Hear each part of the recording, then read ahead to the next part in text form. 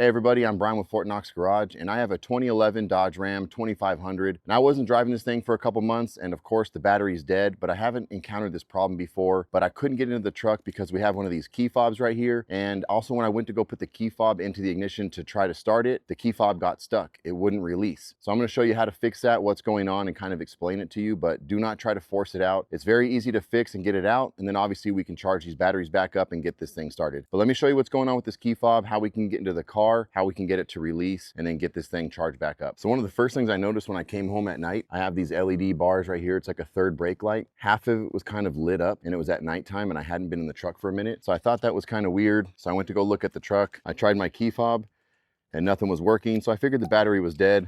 But then I started to think, wait, I can't get into the truck.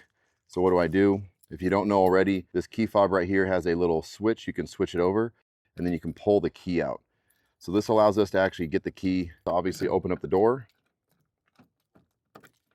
But then when I went to go put the key fob in and I went to go turn it, nothing. Now I just went to go pull it out, figured in the morning I just put a battery charger on it, and now this thing will not come out. So on some of the newer vehicles, there might be a little entry or hole here. It's like a release. You may be able to put in a screwdriver or pin. Look around the ignition here or here. There might be a little pathway that you can put a pick or a small screwdriver, but these older vehicles, this is a 2011, does not have that. So what we need to do is hook up a temporary power source, something even just low, not enough to start the truck, but just enough to power the systems, and then this will release.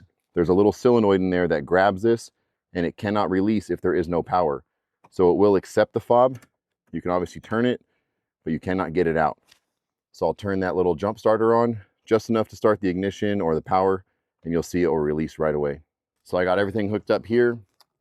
I can turn power on, see my lights on the inside going.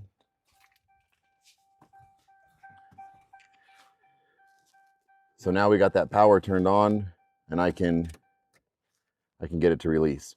I didn't realize, I just thought this kind of just sat in there and it would just pop in and out, but it actually grabs it, and it actually has a solenoid in there that grabs it, and it will not release unless it has power.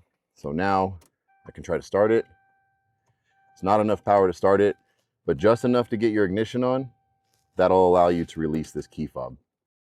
So I hope you found that helpful. If you did, hit like, maybe consider subscribing to the channel. I'll have all kinds of stuff on this channel about installing new products, anything on the Toyotas, the Rams. We have a couple different vehicles, even boats and motors and stuff like that. But anything garage related, vehicle related, I'll put it here on the channel. But either way, I just wanted to share that with you guys. That way you don't break your key trying to get it out. You can kind of see what's going on.